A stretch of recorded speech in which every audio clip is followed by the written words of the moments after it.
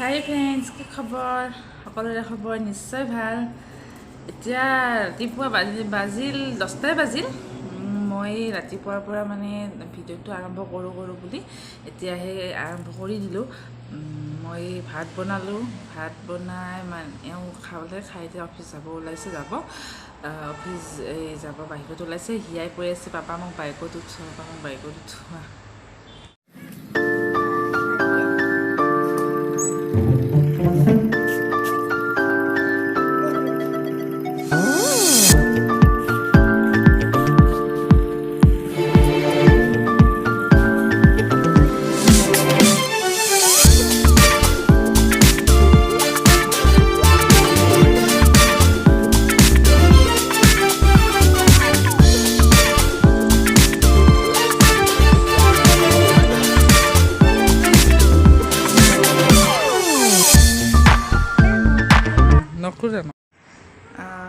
Harshita papa অফিচত গ'ল। হৰ্ষিতা বাহিৰত খেলি আছে। এতিয়া মামু আছে, মামু কিবা কৰি আছে, এনেকৈ দুয়ো খেলি আছে।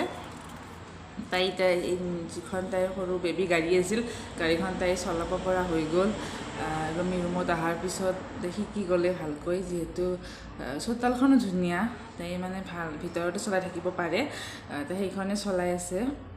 আজি মই ব্ৰেকফাষ্ট মানে বেবীবিলাকক কি ব্ৰেকফাষ্ট দিলে ভাল বা হেল্ডি হয় সেইটো মই আপোনালোকক ক'ম। এতিয়া হৰ্ষিতাৰ এতিয়া যিহেতু বয়সটো 3+ হ'ল আৰু তাই ভোকটোও বাঢ়িছে, সেইকাৰণে উঠাৰ পিছত মুখ ধোৱাৰ পিছত তাইক মই সেই ব্ৰেড আৰু জেলি দিওঁ। দুখন দিওঁ, কেতিয়াবা এখন খায়, কেতিয়াবা দুখন খায়। তাৰপিছত তাইক ভাত দি দিওঁ। ভাতৰ লগত এগ দিওঁ, ডেইলি এগ থাকে, আৰু পাৰিলে বইল দালি দিব পাৰে। দিওঁ মই বইল দালি। কেতিয়াবা বইল দালি দিয়া নহ'লে মই ৰাতিপুৱা যিহেতু অলপমান চিম্পুল কৰি দি দিওঁ।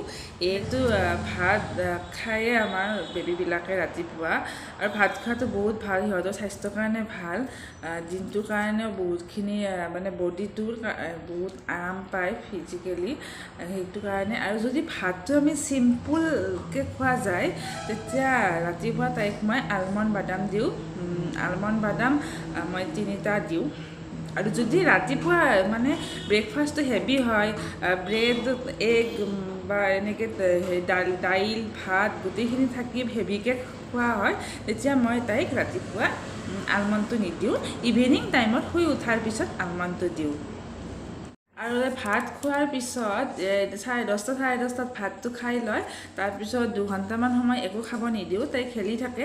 তাৰপিছত যেতিয়া 12টামান বাজে, তেতিয়া মই গাখীৰ দিওঁ। গাখীৰত হৰলিক্স আৰু চেনি মিক্স কৰি দিওঁ। আপোনালোকেও দিব পাৰে। আৰু তাই 10:30 ভাত খাই উঠাৰ পিছত তাইক 2 ঘণ্টামান একো নিদিওঁ, তাই খেলি থাকে। তাৰপিছত যেতিয়া 12টামান বজাত তাইক মই গাখীৰ দিওঁ, যিটো কাউ মিল্ক হয়, কাউ মিল্কৰ লগত হৰলিক্স আৰু অকণমান চেনি মিক্স কৰি দি দিওঁ। সেইখিনি খায়। সেইখিনি খোৱাৰ পিছত আৰু তাই দুপৰীয়া ভাত হোৱালৈ কেতিয়াবা বিস্কুট 1 বা 2খন খাই লয়। দুপৰীয়াৰ আহাৰ খোৱাৰ আগত আমাৰ হৰ্ষিতাৰ ডেইলি ৰুটিন ইমানেই আছিল। গতিকে কেনে পালে ভিডিঅ'টো জনাব।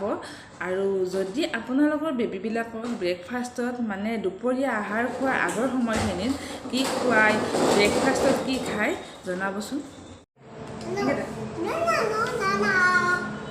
ভিডিঅ'টো আজি ইমানেই কৰিলোঁ, আৰু আগলৈ আপোনালোকক কৈ থাকিম নতুন কি খুৱাওঁ কি নোখুৱাওঁ।